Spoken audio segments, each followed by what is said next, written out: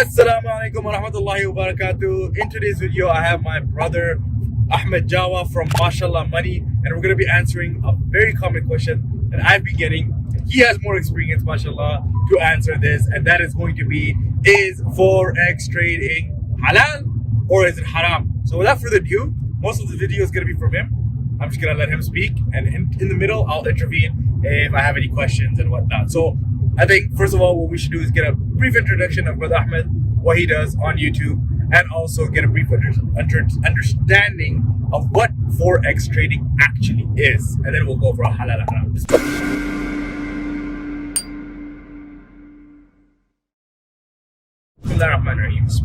Assalamualikum, brothers. How is everybody? Hope you guys are doing good wherever you guys are. We're on a journey, so alhamdulillah, it's been going good so far. I do some work on Islamic Finance, and on my YouTube I talk a little bit about how you guys can make mashallah money, in essence halal income sources, that being halal passive income, halal investments, halal trading, halal real estate, whatever it is. Also the halal mindset behind entrepreneurship, business, and making money. So Forex, and Brother Muhammad here was always asking me, what's going on with Forex market? So the technical elements of Forex is pretty much foreign exchange, and it's taking one currency for the trade of the other currency for greater global business and economics and transactions. It's a $5 trillion economy on a daily basis when it comes to transactions. So, when you look at it from technical perspective, when you go to another country, you take your Canadian dollars, you take your US dollars, you exchange it for whatever it is. If you're in Saudi, you exchange it for reals, and then you use that currency there. The buying and selling of this currency and the supply and demand of this currency affects the value of the currency against another currency, right? So, for example, if people take their US dollars to, let's say, for easier understanding, PKR or Turkish lira, and they go and they say, okay, I want Turkish lira, then the demand of Turkish lira goes up, which means the price of Turkish lira goes up, which means that the overall rate of Turkish lira will actually go down because it's more expensive to buy. Now, if you do that physically, if you go and buy lira and hold it for 5 days and lira goes higher in value. So let's just say you take $1,000 in US dollars, you go to the exchange, you get $1,000 worth of lira, you hold the lira cash, and then you go back and you exchange it back for US dollars. And now, because lira is more powerful, you make more money. I know people who do that. That is permissible. There's nothing wrong with that. Now, that is just foundational Forex. However, unfortunately, all the influencers that you see online that are promoting Forex, even Muslims, all the Muslimas and Muslims, YouTubers and TikTokers that are promoting Forex businesses, be very cautious and cognizant of what the ulama have said about Forex. In trading Forex, there's a difference between you taking cash and playing with it and you trading Forex on the exchanges with the brokerage. So there's a lot of brokers that will say we have Islamic accounts. Unfortunately, majority of those accounts are just that they don't have overnight swap rates. Overnight swap rates is an interest, a riba, for overnight holding money. It's like the interest of you leveraging on a trade, and because it's been held overnight, you have to pay a small fee for it. So that's one of the reasons. They say, okay, no, we don't do that. They get over that hurdle. Then the second thing is, leverage. Fine. Then what they've done, they followed a Malaysian opinion on this, is that they don't go for 1 to 500, which is the leverage ratio. They do 1 to 50 leverage ratio, and on that they don't charge interest. So then they're like, now it's halal. Okay, now you made it halal from two perspectives. But the issue with the third thing is that, what about the element of how is the transactions being done? The transactions being done are done in a format of bunching. Okay, so you put in an order to sell JPY to USDT. I'm just telling you, it's like a ratio, right? It's one currency to another currency, buy, sell. You sell it, but it doesn't get transacted that exact moment. It gets transacted as a forward contract, which is a derivative, and it gets transacted later on when they have a few similar orders together, and then they push it through all at once. let's just say you push that order in, and then you push the opposite order in right away. Technically speaking, you just sold something that you don't own. Now, in hindsight, you're like, Ahmed, it's only $100 of the transactions. It's not going to affect anybody. It's not going to affect the economy. Something that is poisonous, big quantities, is also poisonous in small quantities. Now, imagine if many people do that transaction and the market crashes, and they're like, well, we can't return you your money back. Now, people would argue with me, oh, Ahmed, that never happens. But then when it does happen, then everybody panics. Like the mortgage market, 2008. Everybody's like, oh, the market's not going to crash. Come on. But when it crashed, it was a severe thing. Everybody felt affected by it. So to protect us, Islamic finances, don't sell something that you don't own.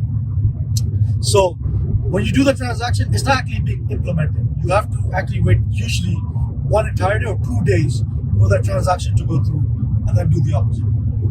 Many of the halal brokerages are actually doing this right now, and they say they're permissible. What I've learned from the ulama and being in the Islamic finance world is that you have to take this thing very seriously.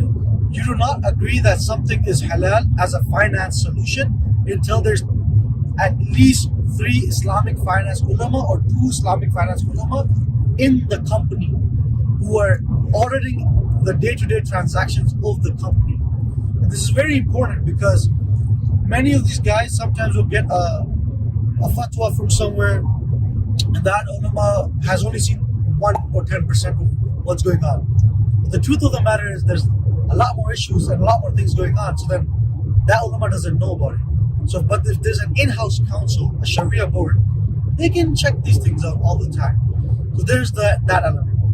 Now, from a technical format, Forex, there's nothing wrong with Forex. As I said to you, you can take cash, you can buy it, the cash.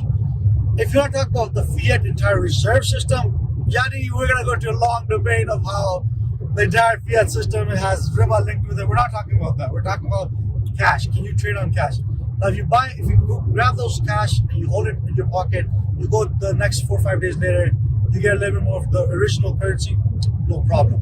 But if you're doing it through brokerage, in my humble opinion, I used to look into this in very detail because I was a big Forex guy back in the day. Astaghfirullah. Well, you learn, and I'm only saying this because I want you guys to understand that I'm not coming from nowhere. I'm coming from a genuine opinion. You realize there is no exchange that is fully 100% Sharia compliant. And if you know any, and I say this too on my channel, if you guys know any, please put it in the comments so I can find it, so I can go back to making mashallah a lot of mashallah money. But there is no exchange in reality. That is following all the guidelines of what it means to be Sharia compliant with currency. Every single asset has its own Sharia compliancy within Islamic finance. Right? If you have gold, it's a different opinion and perspective on how you manage that. If it's currency, it's a different way. So, this is my humble opinion. I would highly recommend you still look into the many muftis that have written this exact what I've said in detail. I do know there is some ulama that have an opinion that it is still compliant, it is Sharia compliant even with this. So I mean, there's those 2 differences of opinion. My personal humble opinion is that either one that you take it seriously and you go into it with full knowledge. So if you think it's halal, you figure out all the ways that why that ulama is saying it's permissible, even though there is all these other issues with it. But if you think it's not permissible, you understand all the reasons why you think it's non-permissible. Humble opinion, I would say, even if something is in the gray area, stay away from it. So personally, it's not a fatwa. I say always do your own research. But personally, I'm staying away from Forex in the current stature. Unless if somebody can find me a brokerage that has a full Sharia board inside of them, and then we can contact the Sharia board to get more questions and answers. That's my. And Jazakallah khair, Brother Ahmed.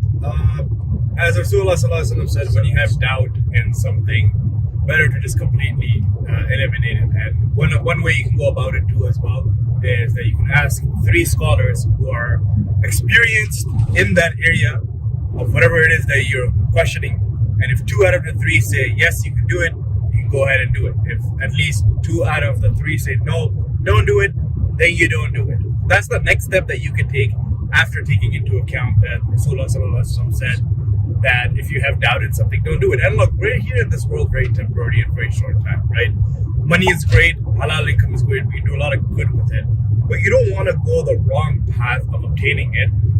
The next thing you know, you're trying to do something good, but you obtained doing that good thing through a bad thing. For example, you can't take out a riba-based loan to open up a masjid. So in that same concept, the same mindset, always be aware that whatever that you're doing is good, and never fall into the really, really bad trap that shaitan puts you into of thinking that, okay, you know what, I'm going to do something good with this, so if I obtain it the haram way, then it's okay. That's so far from the truth. And if I may add, look, subhanAllah, you said something really beautiful. We're only here for 80, 90, 100 years at best, maximum. Some of us don't even want to be here for that long. Is it worth letting go of the akhirah, which is, this world is a droplet, and the akhirah is like the ocean, for something which potentially can help you gain money or even lose money, when there's also 10,000 other ways? Okay, fine, I'm exaggerating, but there's already 5-6 other ways, well-known ways, which are permissible, that you can still do the same style of trading and investing in, like stocks, like crypto, like real estate, like commodities. So if you want more information on that, go check out this brother's channel. I'll link it in the description box down below, inshallah. And yeah, I want to make more, inshallah, Islamic Finance videos. So you guys let me know in the comment section down below. We're on a trip right now, so we're trying to record some videos and make use of our time during this trip. So inshallah, we'll catch you guys on the next video. Assalamualaikum wa rahmatullahi wa barakatuh.